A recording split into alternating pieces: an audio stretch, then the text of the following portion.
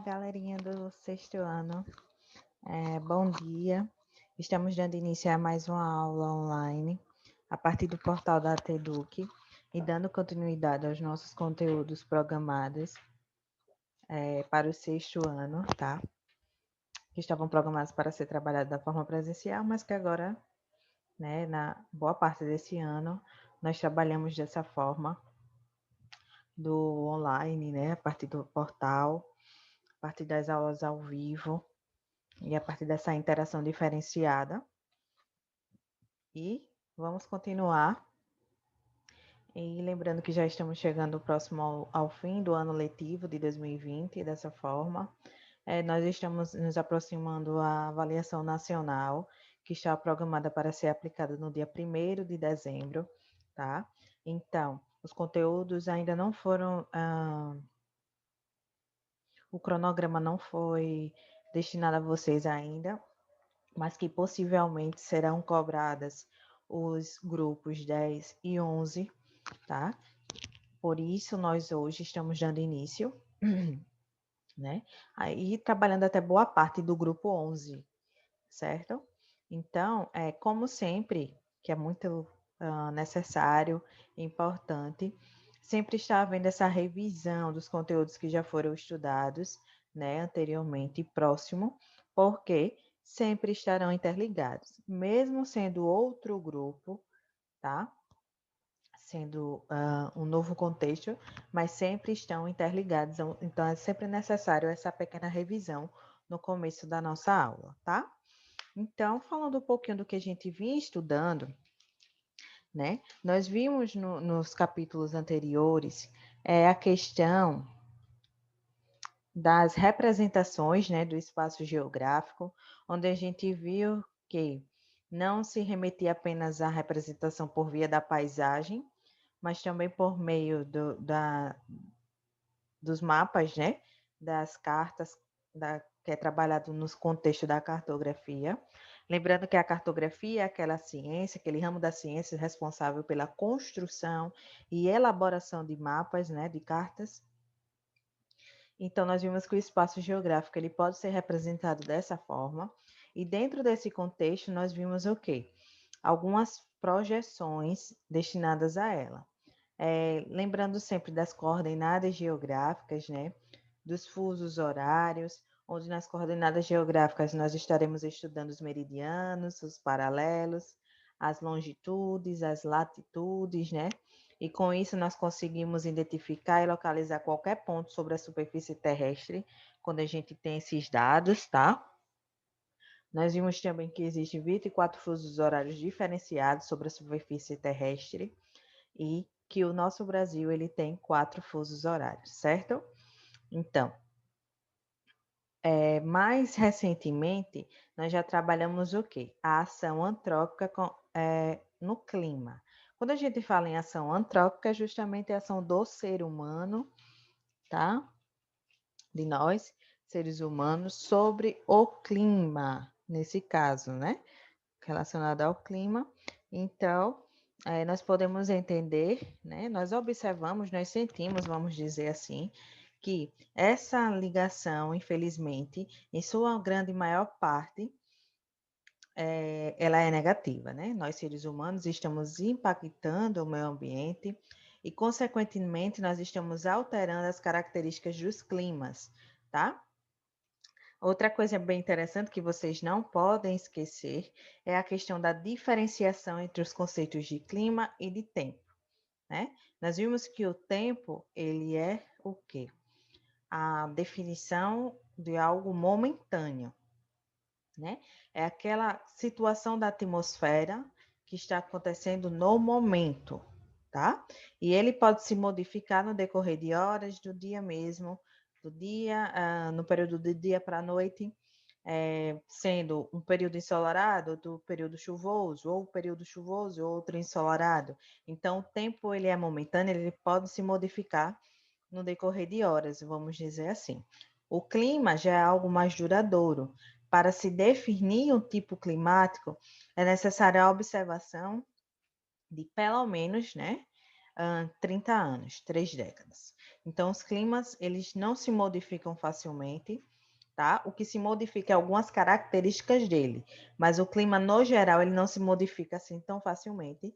E a gente vem observando isso há algum tempo, que não houve essas mudanças de nome, né? O nosso clima é o clima tropical úmido, mas o tempo ele pode estar modificando. Isso é muito importante, né? E são dois conceitos que vocês vão utilizar no dia a dia de vocês mesmos. Não é só na nossa aula, não é só no 6º ano. Vocês vão utilizar esses conceitos no dia a dia, porque quando vocês escutarem uma pessoa dizer, nossa, o clima hoje está quente, vocês vão já se tocar, né? Se tocarem que aquilo ali está errado. Por quê? Porque já aprenderam, né, na nossa aulinha, nos nossos estudos, que o clima não é algo que se observa no momento, tá? Mas umas características, uns conceitos, é uma configuração duradoura, tá bom?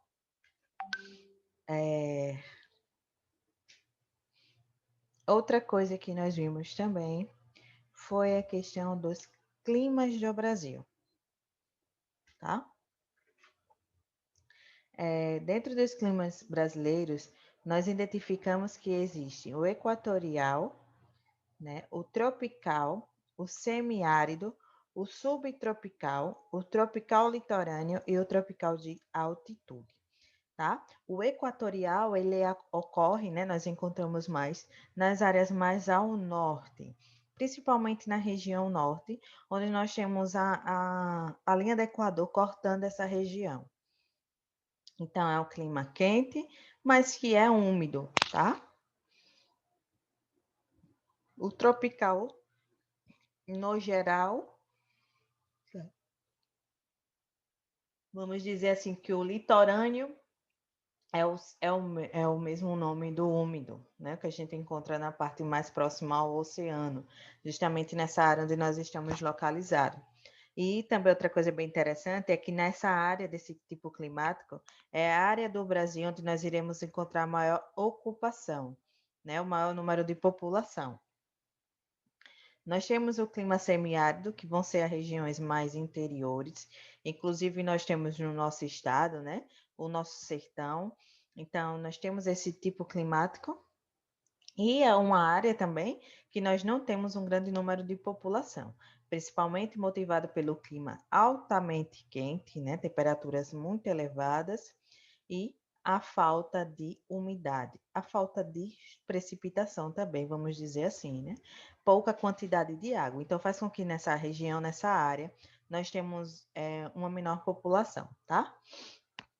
O subtropical, que é aquele que nós encontramos mais na região sul, né? Santa Catarina, Rio Grande do Sul, Paraná, é a área mais fria do território brasileiro, né? Então, nós teremos outras características de ocupação também. A questão da umidade, a temperatura, isso influencia, né? Isso é um dos fatores influenciadores e formadores dos climas.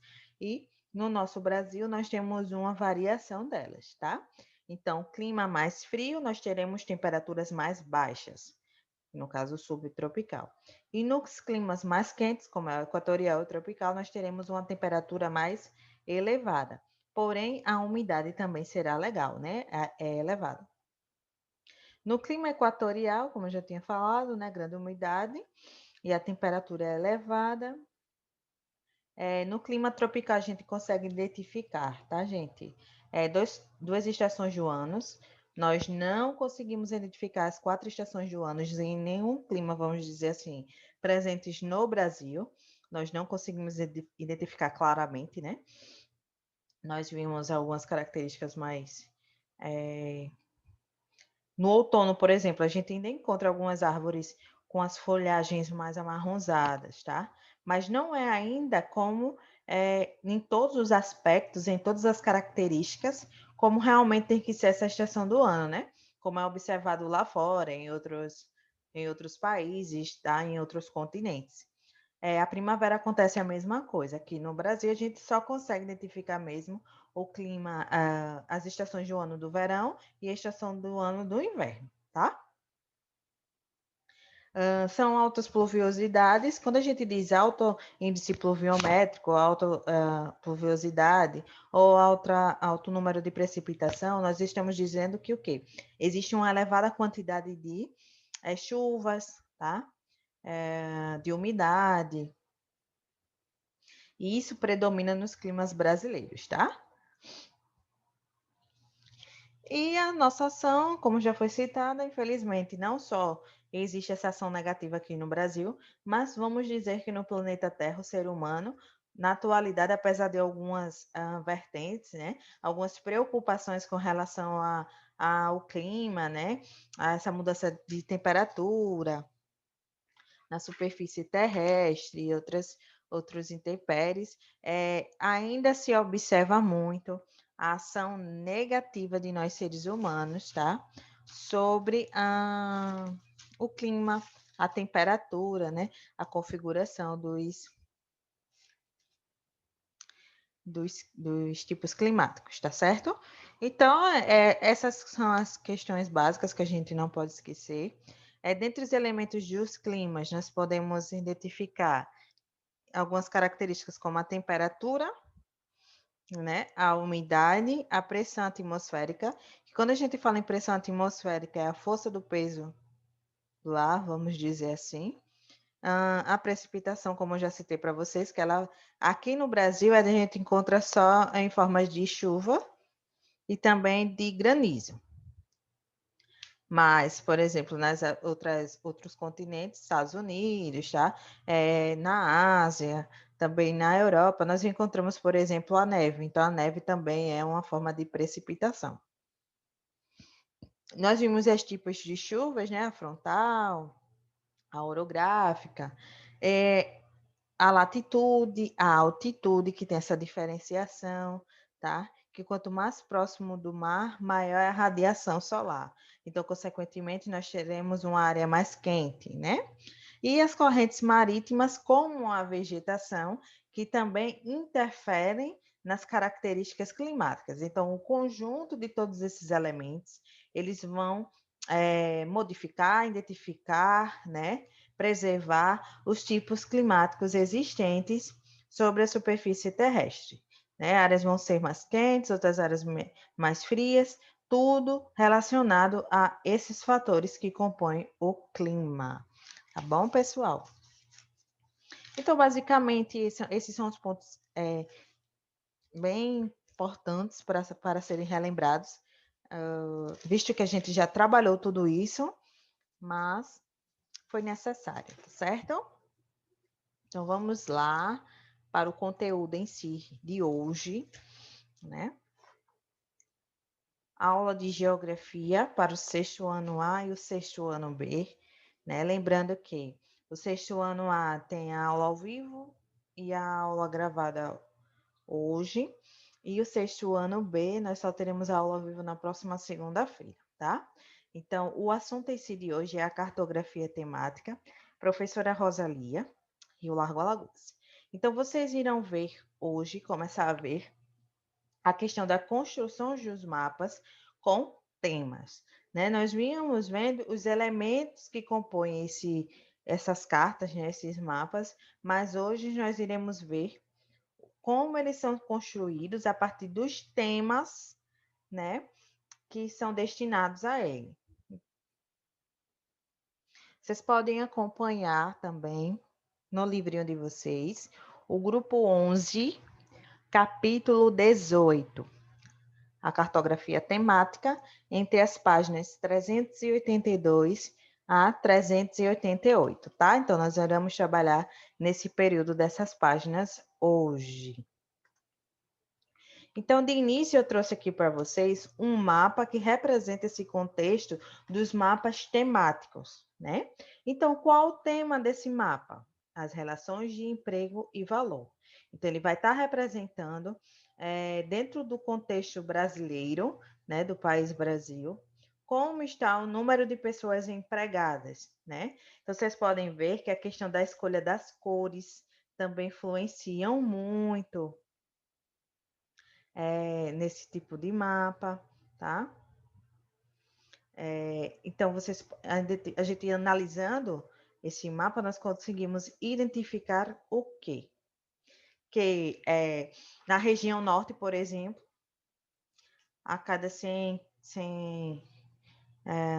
quilômetros, vamos dizer assim, a cada quilômetro, nós temos um grande número de pessoas empregadas, né?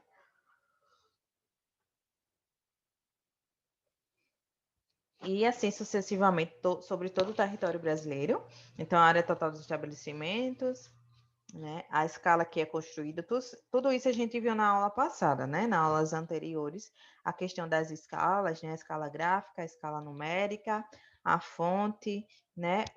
A questão do sentido que ele está, né? A localização sobre a superfície terrestre, a legenda que é fundamental para a gente entender o mapa, principalmente a temática dele. Então, o espaço geográfico mapeado, os princípios da representação cartográfica. Como os estudos geográficos se concentram na análise e na interpretação dos fenômenos naturais e sociais do espaço geográfico. Então, isso é muito importante, gente, a gente entender que os mapas eles não estão apenas mostrando os aspectos naturais. Né? Por muito tempo, a geografia ela foi entendida como uma ciência que estudava apenas os aspectos naturais da superfície terrestre. Mas, com o tempo, viu-se a necessidade de estudar o ser humano inserido nesses aspectos naturais, tá? Então, nós iremos encontrar mapas representando, por exemplo, vegetação, clima, relevo, hidrografia, que são fenômenos e aspectos naturais, mas que a gente vai encontrar também, como eu já mostrei na primeiro slide, é um mapa representando algo mais humano, né, da sociedade. Então, os estudos geográficos, eles hoje se concentram basicamente nisso. Devemos compreender que tal processo leva em consideração um grande volume de informações de diversas origens. Dados estatísticos, informações governamentais, resultados de pesquisas científicas, entre outros.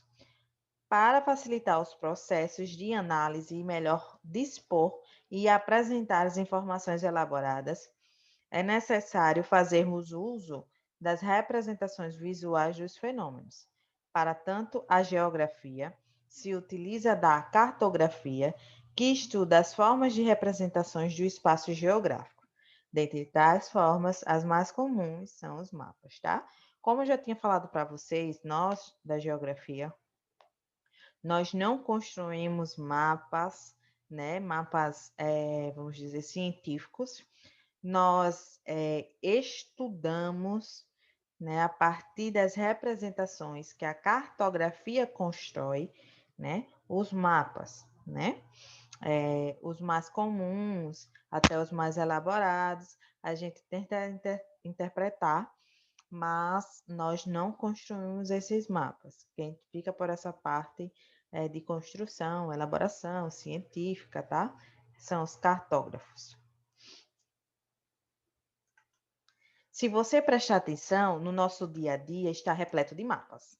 Na TV, quando o jornalista pretende demonstrar a localização de um fato ou de algum dado importante, no panfleto de propaganda de uma loja, indicando a sua localização, quando postamos uma foto de alguma viagem na internet ou solicitamos um serviço de entregas via aplicativos de celular, tá? Então, hoje a nossa realidade, o nosso cotidiano, a gente vai encontrar uma diversidade de representações a partir de mapas, né?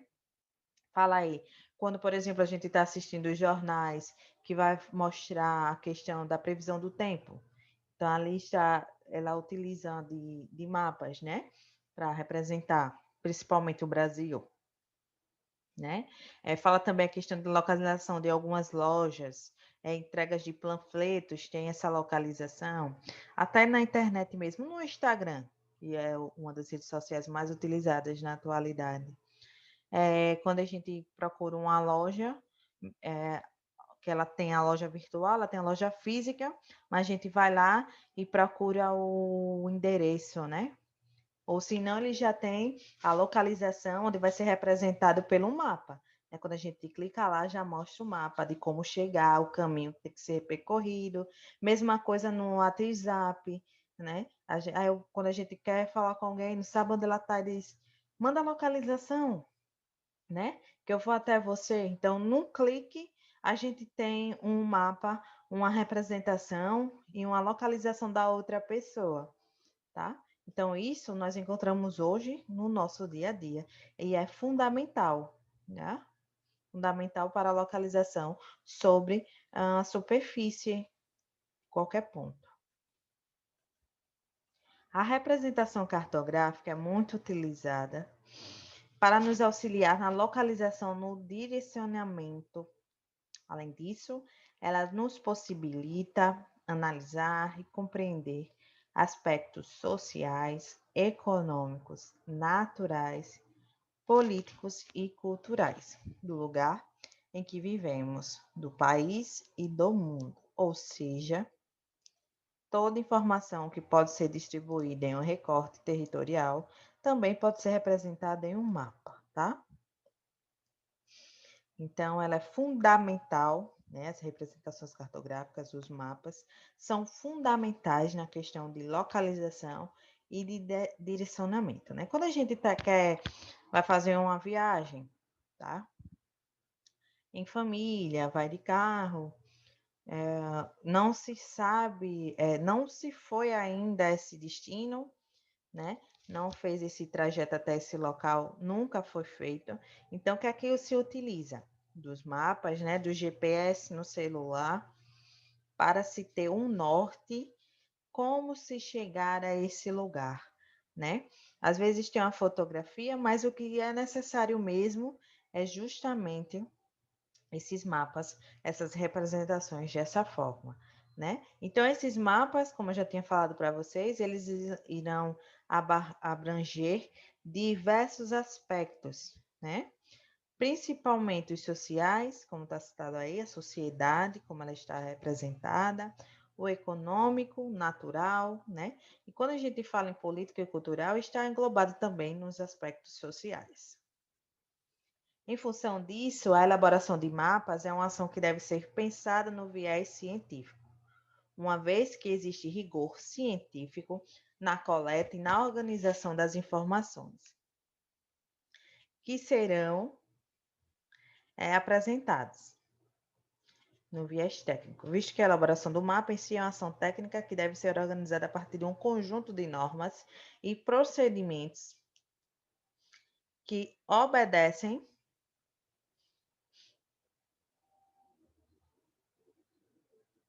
às convenções cartográficas para melhor compreensão das informações e também por meio de um viés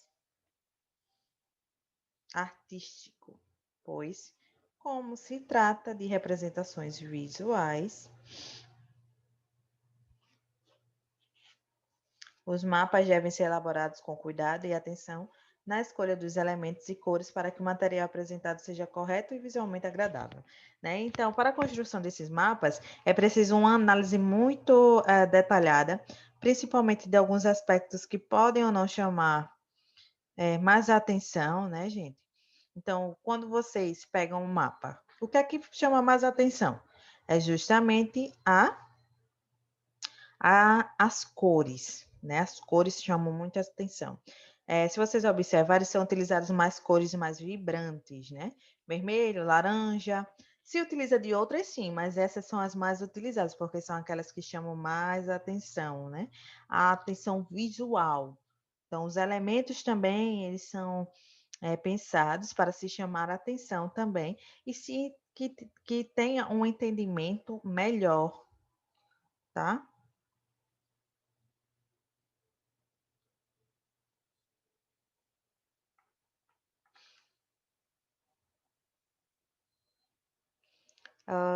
Aqui alguns elementos que são representados nesses mapas. Outro mapa aqui da densidade de povoamento, né? Nós sabemos que na região centro-sul, sudeste, na área mais litoral são os locais onde nós teremos mais habitantes, tá?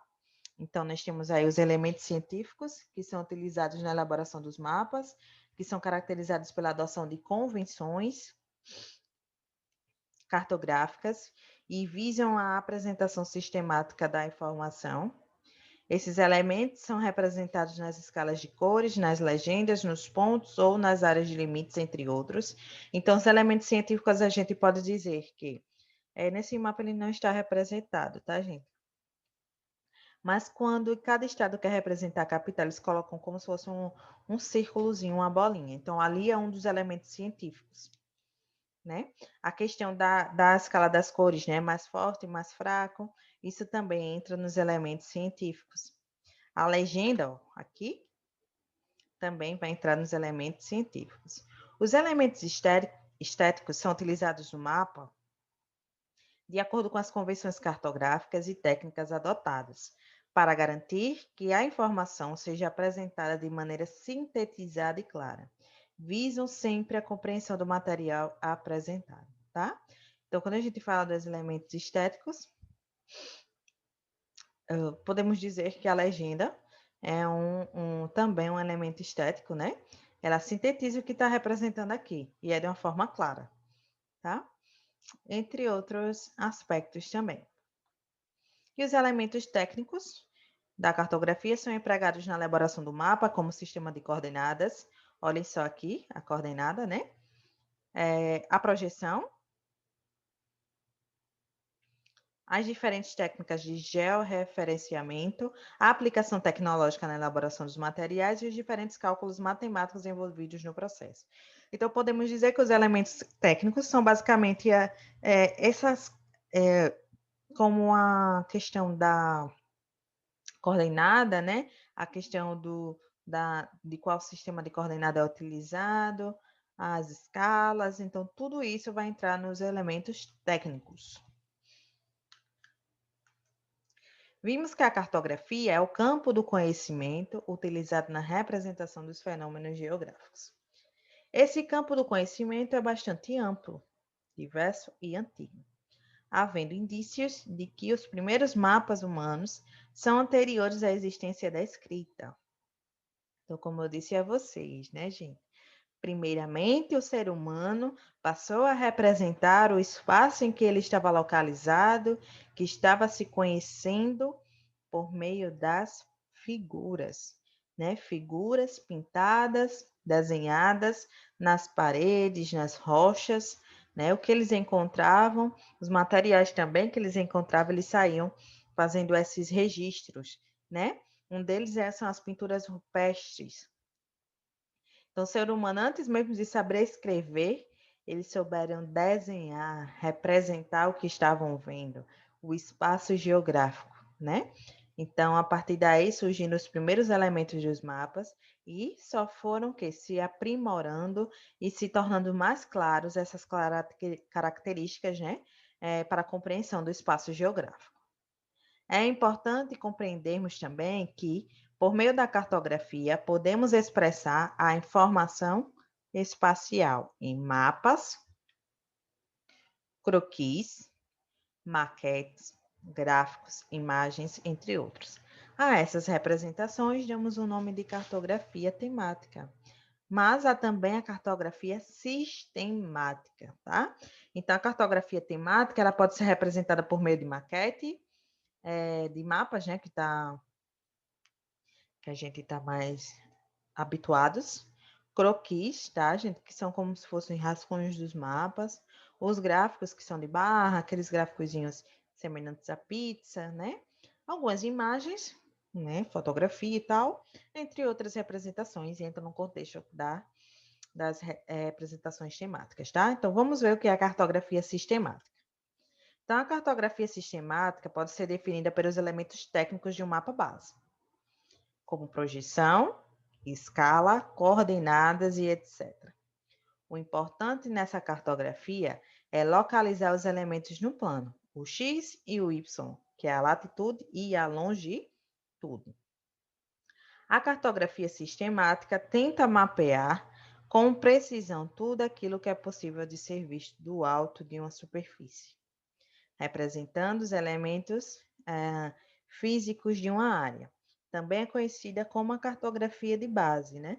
Então, a cartografia sistemática, ela basicamente quer encontrar o X e o Y né, um ponto sobre a superfície terrestre a partir das coordenadas, vamos dizer assim, né? Essa projeção aí a gente já trabalhou nas aulas anteriores, que é a projeção azimutal. Ela é muito utilizada na questão aérea, né? Os aeroportos utilizam muito esse tipo de projeção, né, para se localizar e se encontrar os pontos, e ela faz parte da cartografia base. Já a cartografia temática é aplicada em mapa base. Nós temos um mapa base lá anterior, e essa cartografia é aplicada sobre ele, visando a representação de temas que se manifestam no espaço geográfico. Nesse caso, além de localizarmos elementos, é possível ainda observarmos as semelhanças e as diferenças no espaço, tá? Então, nós podemos localizar, mas também ver o que é que tem de diferente e o que tem de semelhante dentro dessa área, né? A partir de diversas temáticas que a gente vai estudar, né? Observar esses mapas. A construção cartográfica. Os meios empregados para a construção de um mapa são muitos e dependem também de seus propósitos e de seu contexto, além do público ao qual se destina. Por exemplo, um mapa elaborado para ser usado por um engenheiro será diferente de um mapa elaborado para ser transmitido em um jornal na TV. E este será desenvolvido de maneira diferente do mapa que compõe um livro didático, mesmo que todos esses mapas tratem do mesmo assunto. Então, vocês podem ver, né, que a construção do mapa ele estará totalmente interligada ao contexto de quem vai observar esse mapa, né?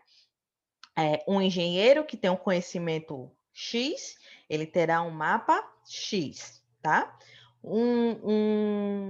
Na TV, onde nós teremos uma população, alguns com conhecimentos específico, outros sem conhecimento, né? Então, o que é que eu vou mostrar na TV? Um mapa que seja de fácil compreensão para todo o público. Então, nós teremos um mapa Y, vamos dizer assim. E os mapas que a gente consegue observar nos nossos livros também já é outro tipo de mapa, outra representação, de acordo com o que nós estamos estudando, com o que nós conhecemos, tá certo? Então, tudo está interligado, os contextos. Então, vamos lá, as etapas para a construção de um mapa. A etapa 1 é verificar como o fenômeno ser mapeado está distribuído no espaço, né? Então, vamos identificar como a população do Nordeste está distribuída. Então, é preciso verificar primeiro isso. Etapa 2, determinar os objetivos do mapa e as pessoas que eles se destinam, né? Então, quem é que vai estudar esse mapa? Os alunos do 6º ano. Tá? E qual é o objetivo desse mapa? Demonstrar a população do Nordeste. Etapa 3, coletar os dados necessários para a elaboração do mapa. Essa coleta pode se dar por diversos aspectos, fotografia aérea, ida ao local, né? Etapa 4, elaborar o mapa, né? No mapa físico. E etapa 5, verificar os leitores do mapa que se conseguiram compreendê-lo. Isso é muito importante, né, gente? Após a construção desse mapa, mostrar eles ao público-alvo e ver se foi possível a identificação e conhecimento sobre ele. Se não, vai ter que ser refeito esse mapa. O primeiro passo para a elaboração de um mapa é a organização do mapa base. Atualmente, os mapas bases usam imagens de satélite ou fotografias aéreas tiradas do espaço, ou de grandes altitudes para transformá-las em elementos visuais representados no papel ou na tela de um computador. Aí nós temos aqui, né, uma representação de uma imagem de satélite. Então, o satélite em sua órbita captura imagens diárias do planeta. Nós temos outra etapa aí, que as imagens do satélite são fotografias vistas de cima da superfície terrestre, né? Então, a gente aí já consegue o quê? Analisar esse espaço geográfico. Os elementos espaciais são agrupados e simplificados, apresentando como resultado o mapa base. Então, nós temos um mapa base ainda sem muitos detalhamentos, né? Mas nós temos a base já do mapa aí.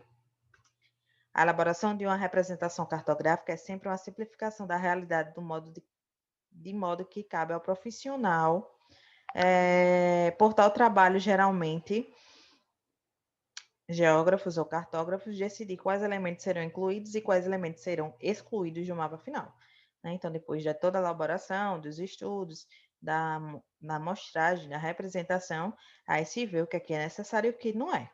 Os mapas temáticos são construídos de maneira um pouco diferente.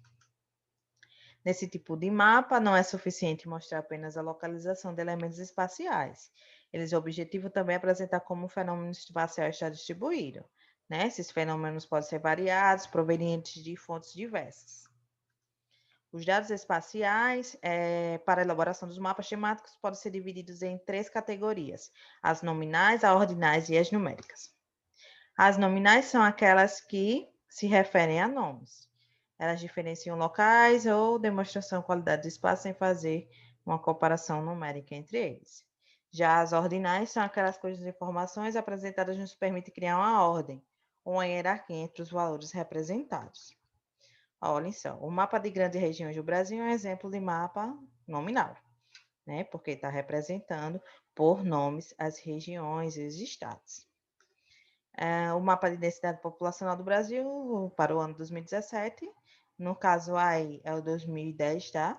É um exemplo de mapa de dados ordinais. Então, está mostrando a ordem, né? A ordem dos elementos. Já os mapas temáticos elaborados com dados numéricos são chamados também de mapas qualitativos, pois apresentam a área geográfica representada, os valores representando os valores exatos dos fenômenos correspondentes. Nós temos aqui um mapa mostrando a taxa da mortalidade infantil, né? Em 2013, com dados numéricos, mostrando os números de cada estado. Então, pessoal, nossa aula está terminando por aqui. Eu aguardo vocês nas nossas próximas aulas, tá? E até mais.